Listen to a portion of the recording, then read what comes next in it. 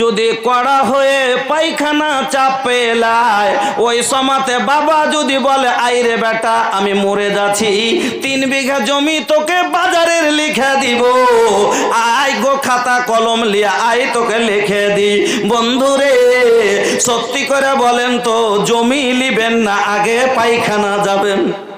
সহ্য করার মতন নাই, যদি পারলে সহ্য করবে, এমন হয়ে চাপ পেয়েছে যা সহ্যই হয় না। আচ্ছা বলেন তো, জমি লিখে দিল লিবে না?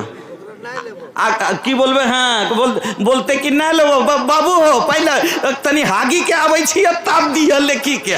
हैं बाबू पहले हागल दे हमरो ताप दिया लिखी के।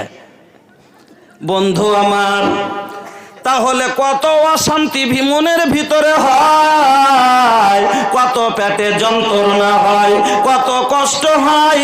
ওই সময়তে বউ যদি বলে এসো গো কালুর বাপ, বিরিয়ানি গরম গরম জুড়িয়ে যাবে, দুটো খেয়ে নাও, বলবে রাখ তোর বিরিয়ানি, আগে আমাকে যেতে দে।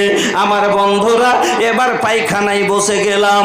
পায়খানায় বসার পরে সব কষ্ট আল্লাহর হুকুমে আমার রাস্তা দিয়ে ক্লিয়ার হয়ে গেল। আমি এত আনন্দ পেলাম, আর আমার পেটে যন্ত্রণা নাই, সব কষ্ট দূর হয়ে গেল। আচ্ছা বলেন তো, যখন কোনো আনন্দ পাওয়া যায়, আলহামদুলিল্লাহ পড়া দরকার না দরকার নয়? তবে পায়খানার ভিতরে আলহামদুলিল্লাহ পড়তে পেরেছিলাম, পড়া যাবে? যাবে না। এবার এক বলুন তো, এই জন্য আল্লাহ রাব্বুল আলামিনের নবী বলছেন, বাথরুম থেকে বের হওয়ার পরে গুফরানাকা পড়ো, যে আল্লাহ তুমি আমার এত কষ্ট দূর করলা, তবে আমি তোমাকে ডাকতে পারিনি, আমাকে তুমি ক্ষমা করো। বুঝতে পারলেন কথা? 2 নম্বরে আল্লাহর পাকের নবী বলছেন, বন্ধুরে আমরা 10 মিনিট যখন পায়খানায় থাকলাম, বলুন তো আল্লাহর নিয়ামত আমরা ব্যবহার করেছি না করিনি? আল্লাহর নিয়ামত ব্যবহার করেছি? এই 10 মিনিটের ভিতরে আল্লাহর কোনো নিয়ামত দরকার পড়েছে? পড়েনি? যে পায়খানা যখন গেলেন, কার চোখ কার লাইটে গেছিলেন? আল্লাহর দেওয়া লাইটে। পায়খানায় গেলেন, এই পা দুটো যদি না দিতেন আমার আল্লাহ, কাপড়েই পায়খানা করে বসে থাকতেন কিনা? পঙ্গু করে রাখলে আমার আল্লাহ, কাপড় খারাপ করে বসে থাকতেন কিনা? লোকে ঘৃণা করতো কিনা? বৌমা বলতো হঠা বুড়াকে বাড়ি থেকে টাইনা ফেল, স্ত্রী বলতো ইয়ার জ্বালা সহ্য করা যায় না, বেটা বলতো কম করে খেতে দে, একটু বেশি করে দাওয়াতে এত পায়খানা করছে।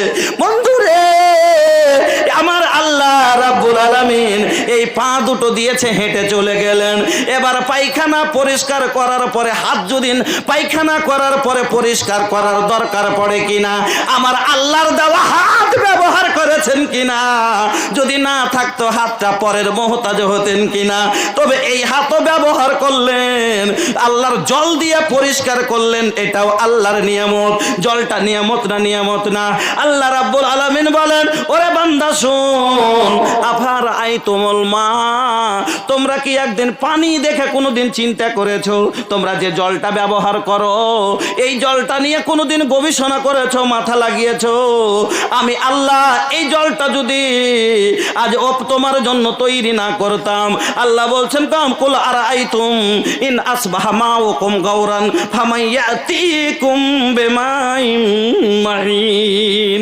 ওরে মুসলমান, ওরে আমার বান্দা, বলতো এই জলটা আমি আল্লাহ 30 ফুট নিচে না করে যদি 300 ফুট তলে করে দিতাম, আজ আপনার আমার জমি সব ফসলে ভরা, 1 কাঠা ফাঁকা নাই, আছে?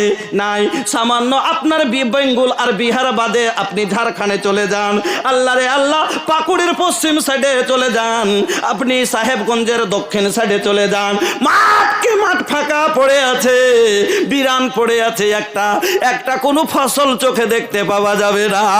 বন্ধুরে আমার, কিসের কারণে? 400 ফুট নিচে জল তুলতে পারছে না। সামান্য 400 ফুট তলে যদি জল হয়, তাহলে মাঠ যদি ফাঁকা থেকে যায়, আমার আল্লাহ বলছেন আর আই তুমি ইন আসবাহা মাউকুম গাওরান, আমি আল্লাহ এই জলকে যদি জমিনের পাতালে পাঠিয়ে দিই, কে আছে, কার ক্ষমতা আছে এই জল তোকে এত সুন্দর জল এনে দিতে পারবে? তবে পায়খানা পরিষ্কার করতে আল্লাহর নিয়ামত জল ব্যবহার করলেন কিনা? করলেন। তো আল্লাহর কাছে শুকরিয়া আদায় করা লাগতো।